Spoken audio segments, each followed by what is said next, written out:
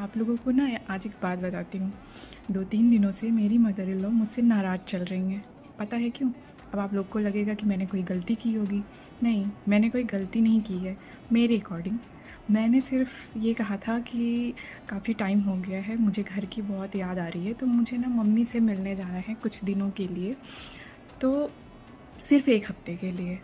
तो मेरी mother in law इस बात से नाराज़ हो गई कि मैं क्यों जा रही हूँ। हालाँकि मेरी ननद आने वाली हैं, मेरी दीदी आने वाली हैं। मैंने उनसे इस चीज़ के लिए बात की थी। मैंने कहा कि मैं थोड़ा जाना चाह रही हूँ, तो आप आ जाएँगे क्या? तो उन्होंने बोला हाँ, मैं आने वाली थी, तो मैं आ जाती हूँ और तुम घूम आना। तो मैंने मम्मी को बताया कि दीदी आ रही है, तो मैं चली जाती हूँ।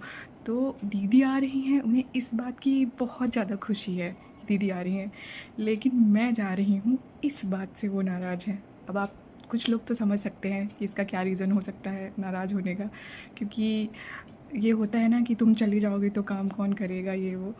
तो मुझे ये नहीं समझ में आता कि अगर बेटियां आती हैं तो लोग इतना खुश हो जाते हैं, सब खुश हो जाते हैं। मैं भी जाऊंगी तो मेरी मम्मी भी बहुत खुश हो जाएंगी, जैसे मेरी मदर इन लॉ खुश हुई हैं।